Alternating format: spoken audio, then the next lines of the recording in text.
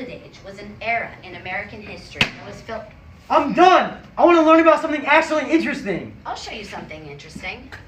What is the One Piece? Hey, what's popping, everyone?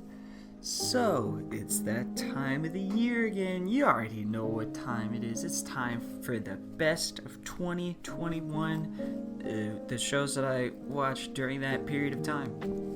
And guys, you'll never believe this, but I got an even bigger list because I have no life. This is a good one. It was a pretty hard list to make. I watched a lot of good stuff this year. So, yeah, let's hop right into this. But first, make sure to subscribe, cause look at this ratio. We need to balance this out, boys. You need this.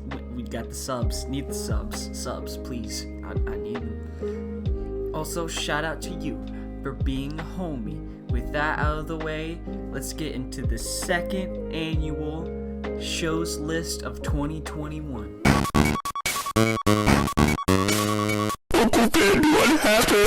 Alright, number 27 that I doubt in my mind. The worst thing that I watched this year was the rebooted Wipeout. It was so disappointing, bro. It is so bad. And they don't even realize that they're bad. They think that they're being funny. And it's not funny. And they barely even show the obstacles and stuff, which is like the main point of the show. And it's barely there. Where is it? I don't know. Ask John Cena, who's over here making inappropriate jokes the whole time and thinking he's funny. Number 26. Another reboot. The Mighty Ducks one. Disney, why'd you have to go and ruin a perfectly good movie, alright? It was fine already. You didn't need to go and grab Mr. Emilio, who's like 50 now or something, and stick him in this. And then also have a lot of child actors who are not even that good.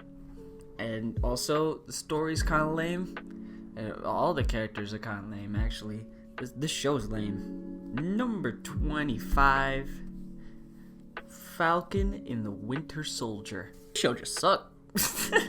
There was one good scene in the entire show, and that was when U.S. Agent just straight up killed a guy out of his anger. I was like, whoa, this show is getting interesting. And then nothing happened for like the next entire episode. I was like, what was the point? Why would you do this? The show is barely interesting. All the action scenes weren't really that great. They tried to push agendas that I don't really think worked.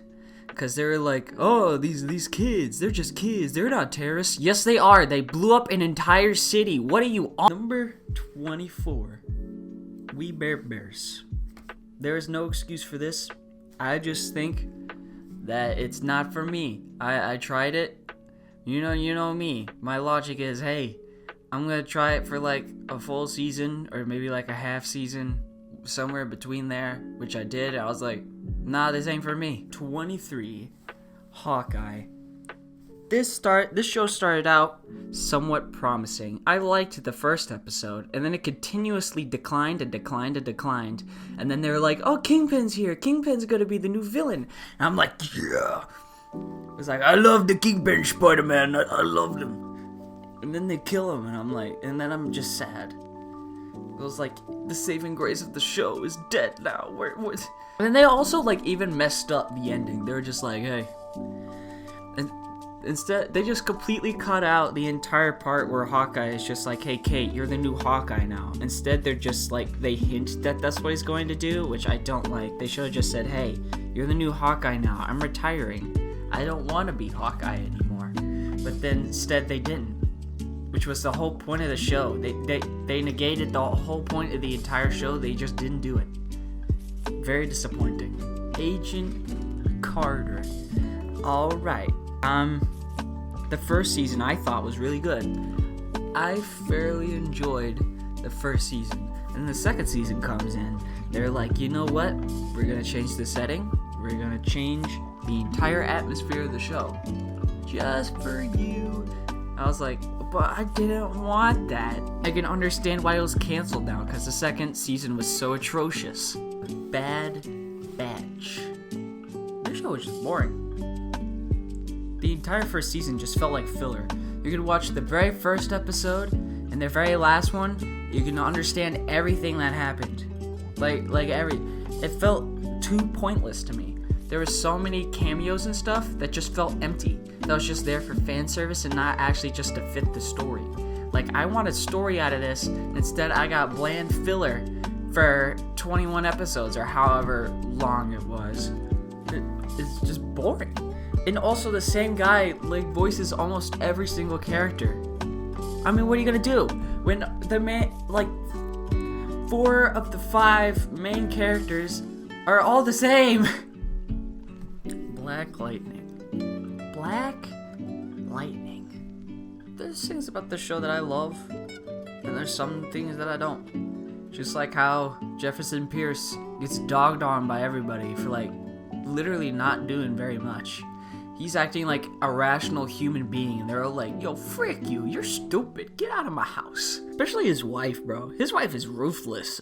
I don't even like her. She's just mean. And then the two daughters, one's annoying and is from Ant Farm, and the other one is forgettable, and I can never remember her name. And they try to push her to be this big main character, and I'm like, whoa, who that again? Just a poorly handled show. It had potential there, but it didn't follow through, really. Oh boy, I'm about to get real heat for this one. Alright. Samurai Jack is boring. It is too boring. Nothing happens. I gave it my rule. I watched the entire first season, and I'm like, what is this? I should have just stopped at the pilot. The pilot was the best part. Samurai Jack's pilot is for real one of the best pilots I've ever seen. And then the rest of the season was meh. Yeah, it's just not for me. Not my type of thing. I don't want to watch a show about nothing. A cool is cool though. I like a cool. Extra thick! Alright, I already did an entire review on Star Wars Visions. You know my view. I got some mixed feelings about it. There's some pretty good episodes, some really bad ones, some meh ones. Here's the link up here to the previous episode that I did on this. What if kinda surprised me. I wasn't super hyped going into this. I was just like, oh, alright, this is a cool thing. But it was just kind of like Star Wars Visions, because I have some mixed feelings, because a lot of the stories were good. I thought they were good, but some of them were not. Very much not. Like the Captain Carter one, boring. But then you go over here and you have evil Doctor Strange, and I'm like, whoa. Now this is beautiful. Regular Creek is just fun. I mean, there is no reason to hate this. It's just a fun show. And Cannonball is just a mood. Alright. Demon Slayer. I don't get the hype. I mean, it's a good show. It is. It's a solid one. But I don't understand how in the world it's gotten so popular and everyone just loves it, and it's the best, and they think it's the best anime ever, and I'm like, Okay. The Dragon Prince. I haven't talked about this for a while. I've been debating it, but I wanted to see if they would come out with another season at some point this year, but they didn't. Dragon Prince got better with time, because season 1 was just kind of a mess, even though I still enjoyed it. Number 2 is getting there, and then 3, masterpiece. Season 3 of The Dragon Prince is what all of the seasons should have been, and the finale, the finale of season 3 blew my mind. Except I watched this before True Colors, so that it was my favorite finale, and then True Colors is like, hey, watch this anime. But yeah, it's a solid show. I would recommend.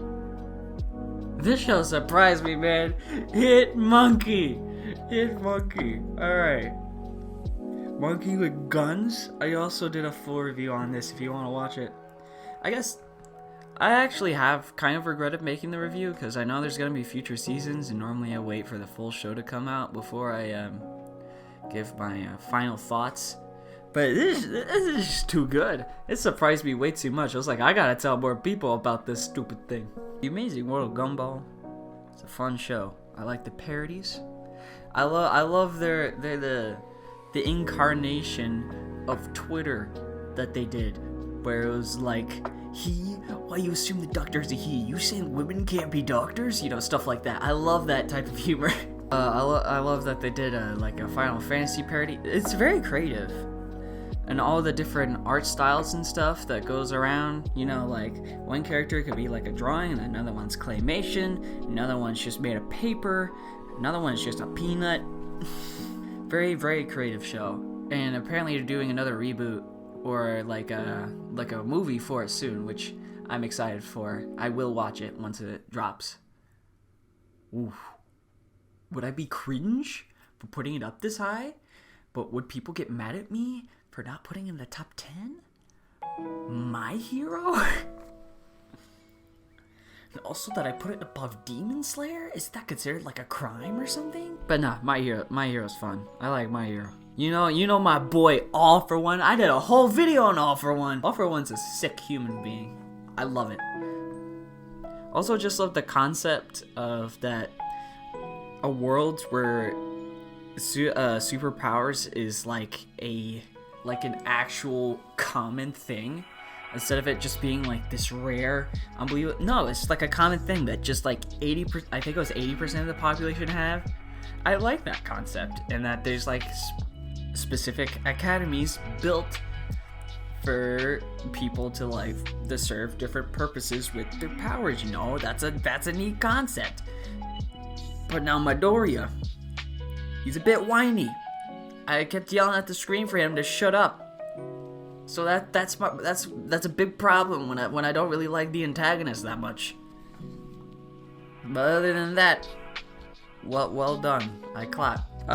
Total Drama is just a fun show, dude. It is a parody off of reality TV, and I love it. I can't even watch reality TV the same way anymore. I'm like, this stuff's lame. Put back on Total Drama. They're getting a reboot for that too, and I'm super excited for it. I am pumped about the new Total Drama. Hopefully it's good on HBO, because 4, 5, 6 wasn't that great. I did like the Redonkulous Race though, which I've realized is kind of a hot take, but I did enjoy it. I also got a full video on that. You can just... WandaVision. This show surprised me. It really did. WandaVision was almost perfect. It was so close. But the finale was so bad. I had to put it here. Otherwise, it probably would have been higher. The super fake-looking CGI, the not even, like, hidden wires, they didn't even try to make it look hidden. Agatha begging for her life like 4 different times and being like, just kidding, I'm even more powerful now just because I begged. And then just like, by then the whole mystery was gone, and that kind of took away from it a little bit. Is that there's no more mystery left, and that was like the most interesting part of the show. And then there was a lame fight scene that didn't even matter. But now I guess she's just gonna be in Doctor Strange now. Hilda's cute. Hilda's fun. There is a new movie out though that I haven't watched yet. I want to watch it at some point, but I haven't yet. I probably will some point this week. I don't know when. But yeah, I would definitely recommend. Hilda is like Lo-Fi the cartoon. I'll probably do a full review on it once I watch the movie, and I'll put it up on the channel, and I'll give my full thoughts on it then. I've raved a lot about the Owl House, but this is the placement I think it belongs. I feel like it's coming on the up. All right, it's eventually gonna go down as one of the greats, I think, but we're not at that point yet. We have to see what season 3 brings and what the rest of season 2 brings. It's broken a lot of barriers too. It's just a lot of major steps for Disney, which is I think in some areas is a good thing. Definitely go check it out once it comes off of hiatus. It's probably gonna come off of it soon. It's been in hiatus since I think August, so I would assume that it'll come back within the next month or so, unless I'm just completely wrong. Batman, you know me. You know me. I love Batman. I love me some Batman. So when I watched the Batman animated series, which I also did a full video on, I was like, oh boy, this is the real thing. This is real. Because I was like, everybody raves about this so much. It talks about it as like the greatest cartoon ever or whatever. I gotta check this out for myself then. I was like, I wasn't a big fan at first, but it grew on me more and more. I love it. I love it. And I've watched the sequel to it too. What's it called? The New Adventures of Batman. Yeah. Which I actually watched beforehand, and I didn't know it was connected to the animated series originally until I watched this. So I was like, oh, it makes sense now. Kipo, the magnum opus. Bro, Kipo, I'm still mad that nobody told me about it sooner. I love it. I love the show, and I just think that people should just know about it more. Netflix and DreamWorks did a terrible job advertising it. They should have done tons of trailers and stuff and spaced out the seasons more for people to watch it. It's great. You should check it out. If you're listening to this, please watch it. It is amazing. Loki. Bro. Loki. Loki was one of the most creative things to come out of Marvel this year.